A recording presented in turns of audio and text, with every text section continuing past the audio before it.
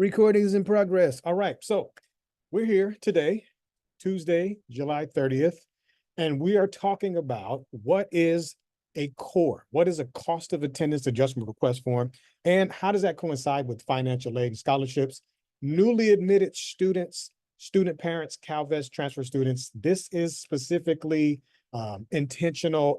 It's about you, but everybody's applicable past a certain point. So if you're not a newly admitted student, no worries. The bottom line is that this is part one of what we're going to make a two-part process. Today, we're going to talk about, again, financial aid and what is a COAAR form, a cost of attendance adjustment request form. I'm going to introduce myself officially, finally. I've been talking so long. I'm Tommy Lanier. My name is Tommy Lanier, and I'm the director of the Student Parent Center at UC Berkeley. We serve students who are also parents. This is a joint presentation, not just the Student Parent Center. So I'm going to pass the virtual microphone to Salam Haile. Are you there? Thank you, Tommy. Hello, everybody, and welcome. My name is Salam Haile. Pronoun she, hers. I am the assistant director at the Student Parent Center. I look forward to meeting all of you. And I'm going to pass it to Luis from CVSC. Hey, good afternoon, folks. My name is Luis Hernandez. I am the director of the Cal Veteran Services Center on campus. Happy to have you all here to learn more about financial aid and cost of attendance adjustment requests. I'm joining you all from very sunny Newport Beach, having a terrible day out here in the sun and in the beach. Yeah. All right. Well, thank you, everybody. Salam, Luis. Here's what we're going to do. We're going to get started. I'll share a few slides. Luis will share a few slides. And Salam will share a few slides worth of information. This, one more time, is intended to not be how do you fill out a COAAR form. This is all about understanding financial aid and the relationship between financial aid and your cost of attendance adjustment request form. All right? All right. Well, let's just go ahead and get started. So today, financial aid basics. That's what we'll talk about. And then also, what is a COAAR form, right? To nobody's surprise. I've said it 1,000 times. After that, we'll have a little time for a Q&A. And then that is it for today. Our next presentation will be next week at the same time, same modality via Zoom. And we'll have more information about that towards the end of the presentation. Okay? All right.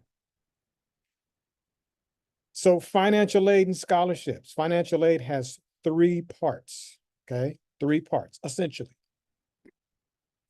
Your cost of attendance, known as, or also known as a budget, right? This determines the maximum amount of financial aid, like grants, like scholarships, like loans, like work study, that you can receive for the academic year, all right? So the budget and cost of attendance, those are interchangeable, those two titles, right? The student aid index, which is formerly known as the estimated family contribution, or EFC, that's an estimate of how much you or your family can pay towards your education. Your award or awards, this is the aid being offered by UC Berkeley. It includes the grants, scholarships, loans, work study. The maximum aid you'll receive will be determined by your cost of attendance and your student aid index, right? So just one more time for good luck. Cost of attendance, also known as a budget. Student aid index. Sometimes people call it SAI. I haven't heard that too often, but you might hear it. It's the same thing.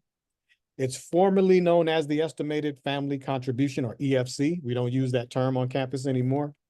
And then last but not least, your award. Those are the three primary components of your financial aid and scholarships experience. Cost of attendance by term. I'm going to, can everybody see this, or, yeah, can everybody see this slide? I think I might have difficulty seeing. All right, so your estimated cost of attendance. You'll see standard, you'll see the term amount. For this term, it'll be $24.25. You'll see a standard budget that looks like what we're looking at right now. Is this like your specific budget?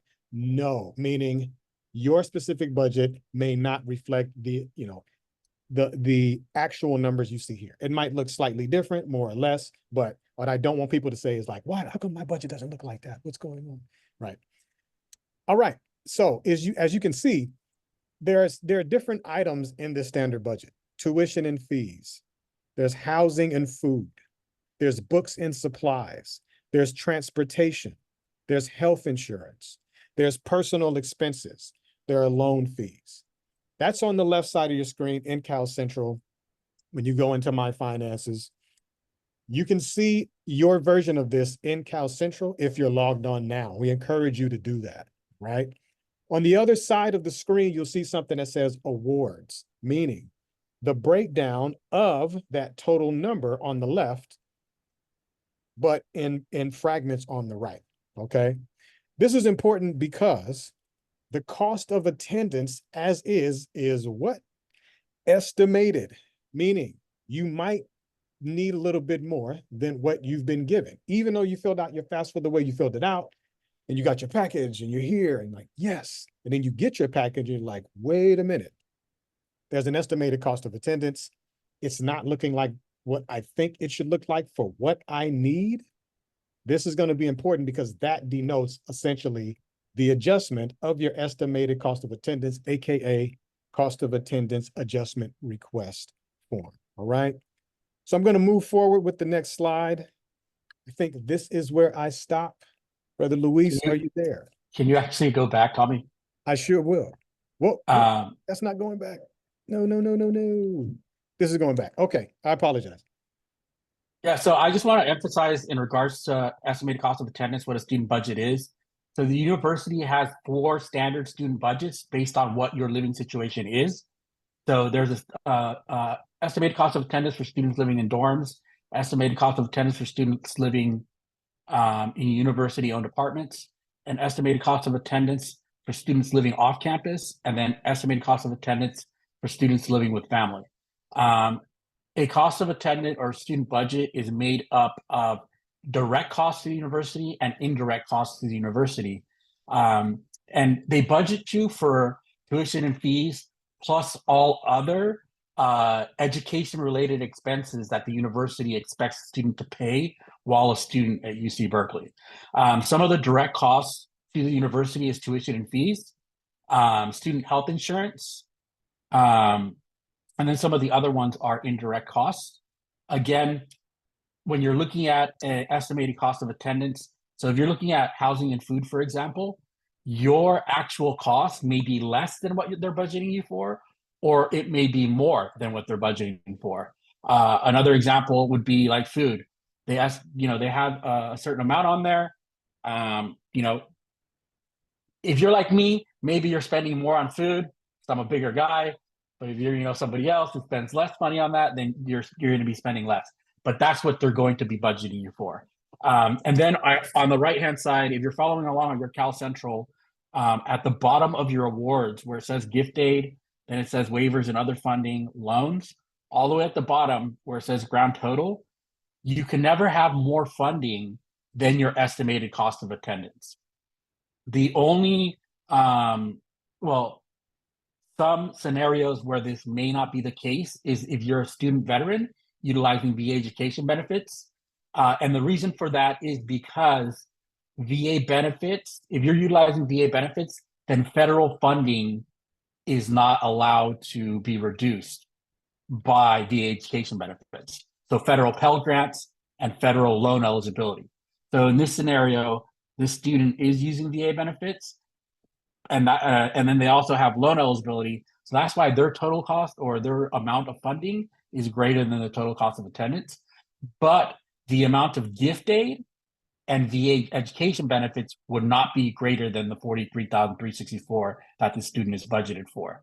So for a student veteran, they have the gift aid, loan eligibility, gift aid, VA benefits, and layered on top of that is loan eligibility. So in most cases, again, you cannot have more funding than your estimated cost of attendance. Next slide. So So yeah, how is the amount of funding you're receiving calculated? So the amount of funding you receive is based on your student aid index, and that student aid index comes from what you indicated on your FAFSA. So your FAFSA is based on your income and assets from 2 years ago. So whatever you've indicated on there, that gets sent to our campus. Then our campus comes up with the student aid index number, and from there it determines how much funding you receive. The greater your student aid index is, the less amount of gift aid that you are going to receive. You are able to change your student aid index by completing a few different forms. One of them, the cost of attendance adjustment request that we're talking about. Also, what I would also like to sort of point out, if you're able to bring outside awards and scholarships, which I highly encourage you to do, especially if you have loan eligibility, instead of taking out those loans, is applying for outside awards and scholarship. Going back to the scenario of a student having cost of attendance is $43,000. Say that student has $43,000 in cost of attendance.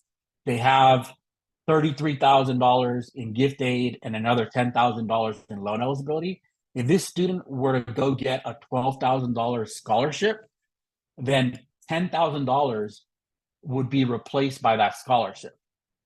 But if that scholarship was $12,000, that student still can access that $2,000, but they'd have to submit a cost of attendance adjustment request to be able to increase their student budget to allow for space. We call it space in a student budget for that $2,000 of that $12,000 scholarship.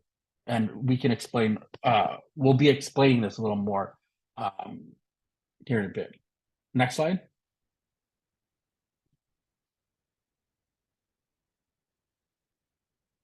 So again, this is just where you're able to find your student aid index.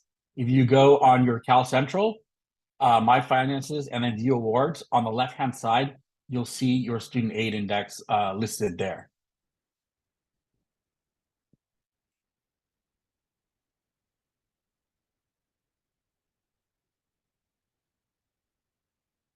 Forgive me, I forgot to unmute my microphone. Luis, is this me? Yeah. Yes. Yep. All right. So adjusting that student aid index with an economic hardship appeal. So an economic hardship appeal that allows you, both dependent and independent students, to appeal the SAI due to a reduction in income or assets. So to add on to what Luis was speaking about, you went through the FAFSA process, you got your SAI for the year, and along that way, something in your situation changed that is no longer, because of that change, what you're receiving through financial aid is inaccurate when it comes to what it is that you're going to actually need. So how do you adjust that, right? It's not the COAAR, but it's before the COAAR, right?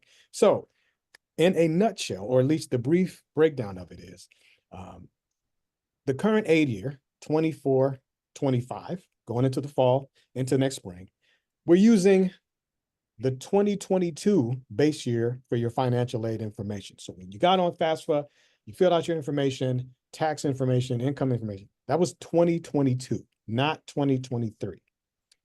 So that information, if that's no longer relevant, this is the process where you'd step in and say, I need to make a change.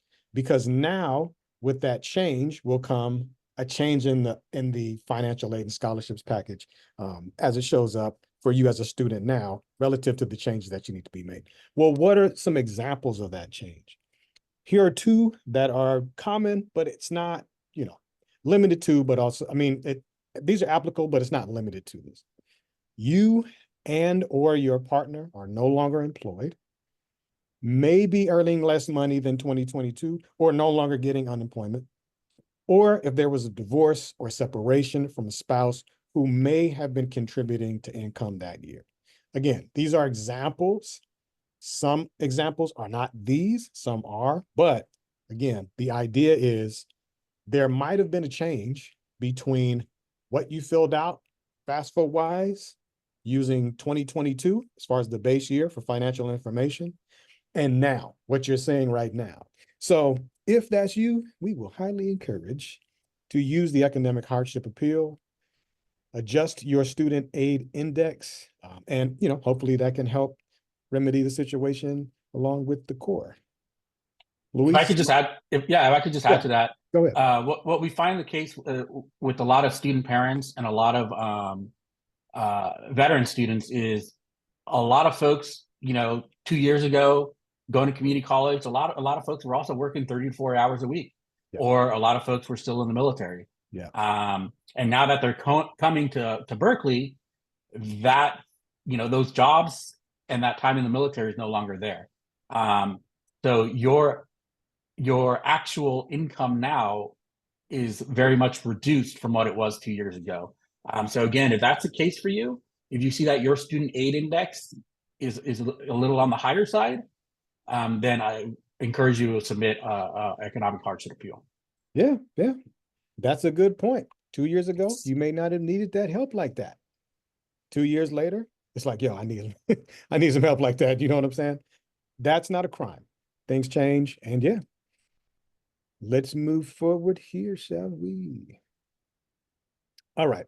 So one of the things we want to continue to encourage people to do is to log on to Cal Central if you can right now, if you can, and just kind of follow along and get the fingertip feel of how to use Cal Central, good muscle memory before the start of the fall semester, especially newly admitted student parents, Cal Vads, because you will be on Cal Central probably more than you think, not in the negative, like, oh, we're not trying to scare you, but you'll be on Cal Central probably a little more than you think. And it's good to do it now. So if you are online and you can do it, please go to Cal Central, use your CalNet ID to log in, go to My Finances, then go to View Awards, and you can find that estimated cost of attendance right there on that page that's similar to the page you're looking at here. Right in the middle, you'll see your numbers. And if we can, just for a moment, let's take a step backwards in time. You're looking at your numbers. If you're on Cal Central right now, you know what I'm saying? You may not be there, but if you are, you might be looking at those numbers and maybe you're already putting two and two together, right? You're like, oh, okay. Now that I see mine, I could use a little bit more in this area or not, right? But the idea is this would be a good time before the semester starts to just compare and contrast and just look over your package through the lens that we're introducing to you right now. Anything I am missing, Salam, Louise? One thing before we move on here, I would like to sort of touch on, because I just thought of it. But it's in regards to reduced units, right? So a lot of students within the student parent community and the veteran community do take reduced course loads. Yes. For various reasons. So you are able to take a reduced course load if you are a student parent, if you have DSP accommodations, if you are doing a senior thesis in your last semester, I believe, if you are working a certain amount of hours. So depending on the amount of hours you work, you're able to take a reduced course load. Yes. So these are all ways that you can take an approved reduced course load. If you are taking an approved reduced course load, the overall amount of financial aid offered to you should not be released or reduced. I'm sorry. It'll usually remain the same. One thing that may change is where that funding comes from. And the reason for that is because, for example, Cal Grants are given to students based on, taking a certain amount of units, usually 12 units or more. If you take a reduced course load, that Cal Grant may go away, but the university would replace it with other university dollars. Yeah. Again, as long as it is an approved reduced course load. Yeah. For those utilizing VA education benefits, even though it is a approved reduced course load, it will still impact your VA education benefits if you take 12 or less units, because the VA is the VA and they don't take those things into account. So just be aware of that as well. Thank you, thank you, thank you, Luis. Brought up some very good points. One thing that I'd like to also denote as far as the student parent grant and Cal Grant B for dependents and anything else that goes to the self-help portion of your financial aid and scholarships package. Please, please, please, pretty please, student parents receiving a student parent grant, be assured that you are receiving as much as your package will allow for you to receive of said student parent grant, unless you make room for more that you're applicable for. Meaning, if you see someone next to you with more or less, do not be thrown off by that. That's a time where you can talk to us, we can talk with you, and you should also talk to the Financial Aid and Scholarships Office. We have a designated liaison there. We can talk about that offline. Folks can just email us directly. But the takeaway for that is the student parent grant fluctuates from student to student as far as amount. We've been advised to move away from giving a static number of how much your student parent grant is going to be as a blanket term. It varies from student to student, but it backfills what you're applicable for after your verification process is over, like you specifically student to student. And then the second thing is, with respect to the reduced course load, student parents, make sure that you petition for one every semester, fall and then spring. Don't petition for it in the fall and then skip spring. It's not per academic year, it's per semester. There are no, quote unquote, let me put my hands like this, no no reduced course loads in the summer except for, no reduced course loads in the summer because, I lost my train of thought. The way that financial aid and scholarships is that package, like the way your financial aid scholarships package is packaged in the summer, it's a different package than fall and spring. So be cautious not to factor in a quote unquote reduced course load in the summer like you would fall and spring. It does still happen as far as people under 13 units, but that is a completely different conversation. And I don't want people to get confused by that. So if I could just add in regard Yeah. to summer funding and financial aid. Yep, So go a ahead. financial aid package is for the academic year that only includes fall and spring. Yeah. So if you're looking at your financial aid, if you're on Cal Central, you can view by term amount. So if you see all this all these numbers, it's actually halved because they're part of it is for fall, part of it is for spring. Summer, and then the cost of attendance adjustment request also for any of the items you're listing is only for that portion of the academic year. Summer is always the tail end of the academic year. Usually, if you are a continuing student and you are getting gift aid, you will get some form of the summer fee grant. The summer fee grant is specific. It only pays for your unit, tuition and fees during the summer. The only way you get the summer fee grant is if you take 6 or 7 units. So if you take 5 or less units, you won't get the summer fee grant. If you take 6 units, you'll get summer fee grant. If you take 7 units, you'll get summer fee grant. If you take 8 or more units, they'll give you enough grant to pay for 7 units. Anything above that, you have to pay out of pocket for. But that can be a conversation we have. Come to one of us during the spring semester, and we can help you navigate that process. Thank you, Luis.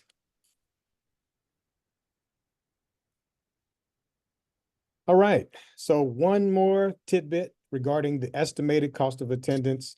This is a housing example. This is going to denote the different line items you see in a cost of attendance adjustment request form. But this is just housing. So what I don't want to do is say, this is housing, and this is how it's going to go for everything else by the number. This is just the cost for housing. Forgive me in advance if your cost for housing is not 11,462. The general concept and idea is that you have a cost estimated given to you for housing, and then that's divided by 9, the academic year. That number is what your estimated cost of attendance is for housing month to month. So this is an example, but it may not be your example. I want to disclaim that. So I don't want to scare people again and be like, oh man, that's not my housing. That's fine if that's not your number, okay? So one more time, $11,462 per academic year. If you divide that by 9, that's $1,273.55 per month. If you know for a fact, because it's a fact, and you have documented proof, you know what I mean, that this is, you pay much more than $1,273.55. This is where a cost of attendance adjustment request form would come in. You'd literally be filling out the form to adjust, you would request that cost of attendance for housing be adjusted to reflect what you actually pay. Luis, Salam, anything I'm leaving out? I want to add a little bit about the 9 months long, because sometimes Sure. the university budgets your fees and financial aid at the time that you're a student. So the 9 months is coming this fall, and spring semester, they count in August to December, and then January to May. Yes. And I know for our student parents, you will be responsible paying, your summer rent, anything in between that you're not a student. So that's where, really thinking this is your funding, but also thinking out how does your budget works throughout the whole year, because you have rent that you have to pay, not just 9 months, you will pay for 12 months, right? Right. And where would that come in, and how are you budgeting for that?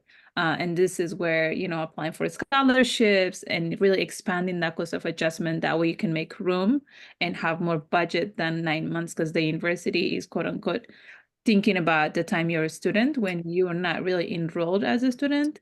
There is no budgeted, any budgeted fees that comes for you. So really thinking the budget that's allocated for you, but also how are you allocating your own budget in terms of rent and all of your expenses. If I could add just a comment on that as well. So, in the conversation we've been having, we've talked about the 4 cookie cutter budgets. So one question we always get asked is, where does this come from? Where does the university come up with these magical 4 cookie cutter budgets? So part of it is looking at sort of, cost of living data within the Bay Area, within the city of Berkeley. Then additionally, part of the data that comes from is every few years, the university puts out a survey asking students a bunch of different questions. Part of it is in regards to where their funding goes towards. It doesn't go out to every single student. It is random. We ask, if you are in the student parent community, if you are in the veteran community, the reentry community, some of these communities that are non-traditional students who are coming here not as traditional 17, 18-year-old freshmen. So please, if you do get selected for that survey, to fill out that survey, that way we can get more accurate information as far as what your actual student experience is. That allows us more leverage to be able to connect with the financial aid office and let them know, hey, this is what the actual cost of attendance for students who are non-traditional is. And that allows us to better advocate for you all in regards to financial aid. Thank you, Luis. Very good point. Thank you too, Salam. Very, very good points. Shall we move forward here? Yeah. Cool. All right. Well, I think I'm going to mute my mic. I'm going to pass the microphone to Salam Haile. Take it away, Salam. Thank you, Tommy. Scholarships. I think I'm just going back to the conversation we were having earlier is, I know it's a lot of work when we think about scholarship, because you have to write a statement, you have to get your recommendation. It's really takes a little time, but it's also free money. You have we have like an amazing database, Berkeley. I'll put that link in the chat, that way you can explore and see what are available. There are some programs that have scholarships. For instance, I'm thinking of Reentry. Reentry has a Crankstar and Osher scholarship. And Reentry is the program for students who are 25 and older, or students who have a 5-year gap in their education. And any program that you belong to, and it doesn't have to be scholarships through Berkeley only. You can also apply outside scholarships outside Berkeley. what I love about the scholarships is always they come in and then wash out any loan offer you have. So the cost of attendance, Berkeley said, you know, you need X amount of money for this year to attend Berkeley. And you would say, hey, Berkeley, you said, you know, I needed 40,000, but it turns out I needed 50 or 60, you know, your cost might be higher. And what would happen is, and there's also like this confusion sometimes with cost of attendance. When you apply for cost of attendance, Berkeley doesn't give you automatically any additional funding. It opens it up. It, you know, says, okay, we see that you needed more than what we have offered you, but most of the time they'll offer you loan. And you can take federal or subsidized and unsubsidized loans. But if you have scholarships that you got awarded, that makes room that we can be able to use the scholarships through financial aid, because any scholarship that you apply and get at Berkeley has to come through financial aid.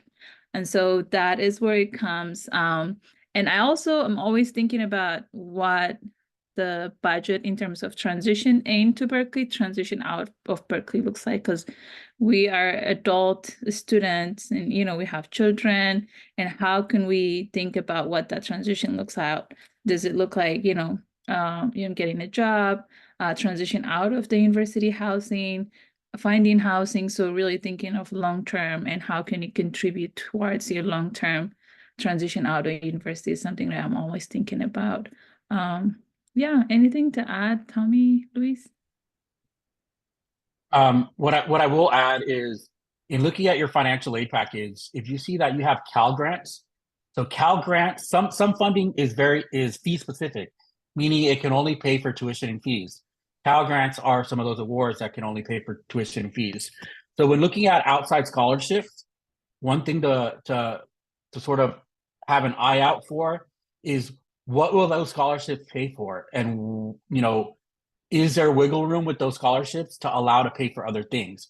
So if you already have a Cal grant and your tuition and fees are being paid for, and you apply for an award that is fee specific that will only pay for tuition and fees, then it's not gonna be beneficial to you, because you're only going to be able to use one of them at that time. So that's one thing to look out for when applying for scholarships.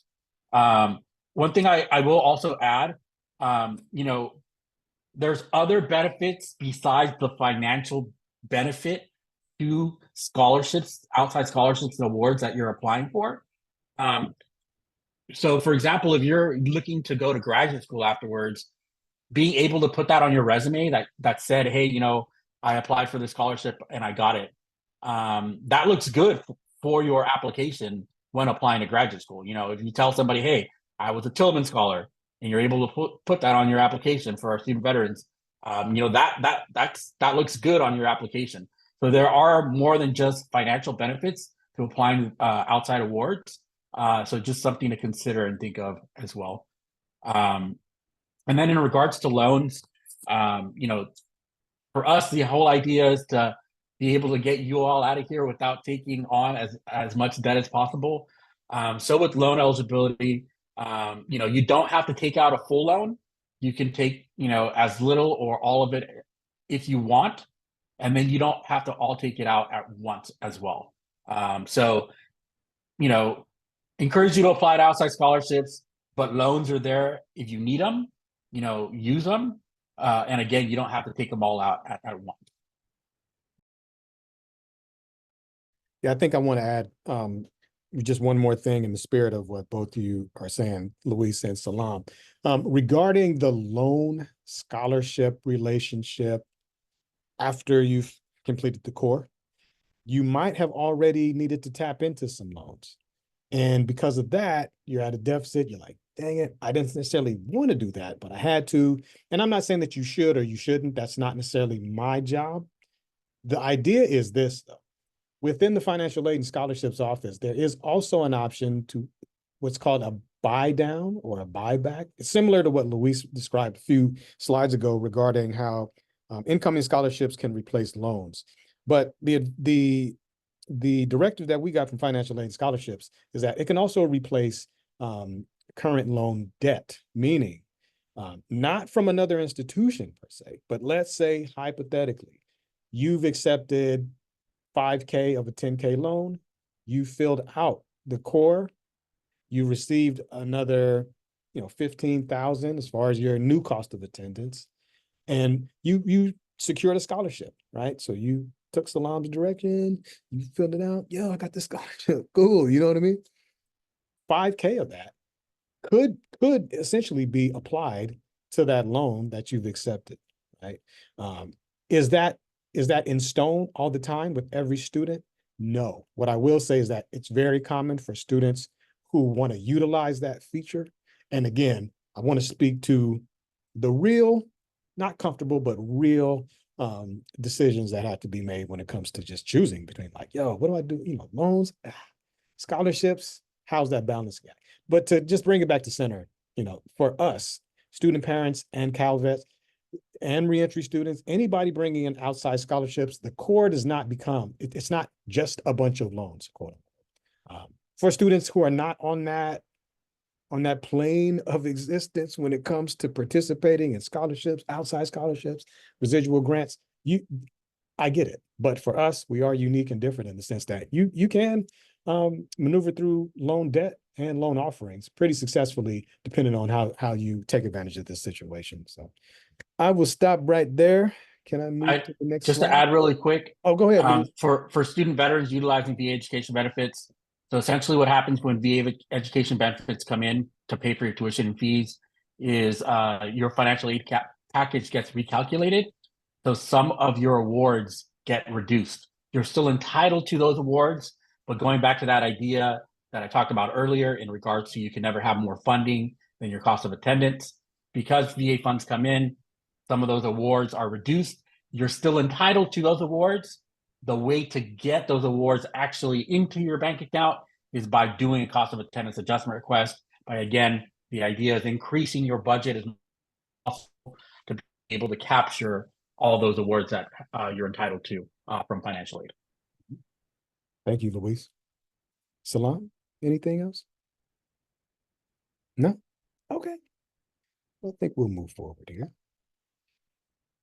All right. Well, this is a lot. You know what I'm saying? This slide there's a lot on here, but this is, I think, where we will bring it on home for today. We should have some time for a little Q&A, but the take home here is, what are the budget items allowed for funding via cost of attendance adjustment request forms? All right. There's one that's not listed, and we'll get into that. But for the most part, what you're looking at right now, these are the line items that are used for allowable expenses for your cost of attendance adjustment request. And I'm not going to go back a few slides, but as you probably can infer, looks a lot like what you see on Cal Central. Not identical, but very, very similar. Let's just go through them real quick. Rent, mortgage, and utilities, which housing. Transportation for the academic year, like we're saying, 9 months at a time. That means public transportation, airlines, automobile expenses, right? Different parking and transportation expenses, bridge tolls, computer, desktop, laptop, things like the printer, the ink, etc. What goes into that computer experience that's necessary? Medical and dental, meaning beyond the copay or it's not covered by insurance. Again, it's more, these costs of attendance for medical and dental, they're more than what you've been given in the estimate. Childcare expenses, there is no childcare expense originally in your original cost of attendance. So there's no estimate per se, but that is what it sounds like. Daycare, aftercare, licensed and or private, meaning it could be licensed, it could be, accredited, licensed state, county, city organization, or it could be private in-home daycare, childcare. Special books and supplies, as listed on the syllabus in your class or other documentation, that is for every student. And I want to be comical about it, but we've seen it before a few years. It can't just be something that you like or you prefer more than this is what is the expectation for everyone in the classroom regarding special books and supplies. Relocation expenses, this is for new admits only. There are some exceptions that are allowed. Viewings are exempt, meaning it's for literally the relocation of you from one place to another when you move at the time, the truck, the gas, anything else that comes into that realm. It's not necessarily, I live in, hypothetically, right? I live in Bakersfield and I drove up here 2 or 3 times to look at apartments or to take care of something housing related. Not to say that that's how it should go, y'all, but that's just technically not what that means. Research, field work, or thesis expenses as listed on syllabus or document directive. And I don't want to put it in like all caps because I'm a mean guy. I just want it to stand out. It's not for professional development. So conferences and the like, that is not one of the line items. One line item that I didn't put because it's kind of fluid and ambiguous is that every 6 years, you can also apply for hard tires beyond the 6 years or before the 6 years, any extenuating mechanical problems with your automobile. That's like, and I don't mean like routine oil changes, like, yo, I need this car. It's broke down. Here's the extra expense. That's what I mean when I say that. And then last but not least, when it comes to transportation, a car insurance and registration are allowable as well. But that's it for that. In all things considered. Luis, Salam, have anything I might be forgetting? No, I think that's great. And I think in the next one, we're going to focus on how you fill it up and what it looks like. But this is great to just give people an idea of what they can consider applying. Okay. Thank you. I think this is the time where we just go over 2 more items. What's next? Right. So next up, it's how to fill this form out. We just talked about what it is essentially, but how do you fill it out, man? What's going on next? That'll be next Tuesday, August the 6th, 2024 at 2 p.m. on Zoom. The Zoom ID is not out yet. We will send it out to you. I actually added it, Tommy. If you hit refresh your link, it should be there. Okay. And we also will send out email, and for those who RSVP who sign in today, we'll send you an email with the link too. There we go. Yeah. What I'll also add is it's not just how to fill it out, but I mean we've collectively, I think we've got over 20 years of experience in these cores. So really best practices on how to fill this out. No, you're right. Yeah. And then also just going over things that you may not have thought about in regards to cost of attendance adjustment request. Yeah. No, you got a good point. And yes, you are correct. So that's what we will be doing next week. And I feel like this is a really strange plea or apology, but I don't have my headphones on. So if people think I'm over projecting, that's just me compensating for not having my headphones. You know what I'm saying? But that is that, you guys, meaning we are done with the formal presentation and I'm going to stop recording. If you're watching the recording after the fact, thank you so much for joining us. If you're right here, right now, once this recording is stopped, we will open it up for Q&A. I have one last thing to add. Sure, go ahead. We've been getting a lot of questions lately in regards to if you go to your Cal Central under My Academics, under status and holds, fall 2024, you'll see a little red dot that says not officially registered. Oh, yeah. So nobody is officially registered until 20% of your tuition and fees are paid. 20% of tuition and fees are not due until a week before classes start.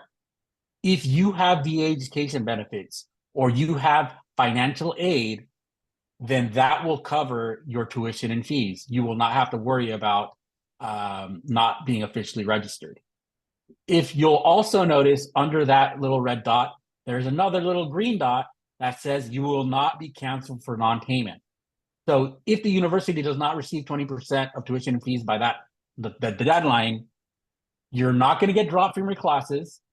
You're not going to get kicked out of school. You'll still be able to go to classes and all that. The thing is, as a student who's not registered, you won't be able to access library services, for example, or the gym, things like that. But again, you'll still be enrolled in your classes. Yeah. By the end of the semester, if you still haven't paid your tuition and fees, at that point, you'll have a hold, which will not allow you to enroll in classes then. Right. But for the fall semester, as long as you have financial aid that's going to pay out your tuition and fees, or you have VA benefits that's going to pay out your tuition and fees, or you've already paid out, your tuition and fees out of your own funding, then you're good to go. So I just wanted to clarify that, because we've been having a lot of questions in regards to that. Ah, correct. Thank you, Brother Luis. That is true. Yeah, everything he said is absolutely correct, you guys. And I think it's important for newly admitted students to know and understand that, because there could be a lot of, real and valid anxiety about, like, how does this go? Like, what does the fall look like for me when it comes to what I see on Cal Central? So, yeah. I'll also say that financial aid does not pay out until a week before classes start. Correct. So essentially, the same time your tuition and fees are due, your financial aid will pay out, and you'll see that go away. Yeah. All right, we got 5 minutes. If we can transition to some Q&A. If anybody has a question, I see a question at the chat. Right. And then Thank you, everybody watching the recording. Yeah, thank you. So to answer Rain's question,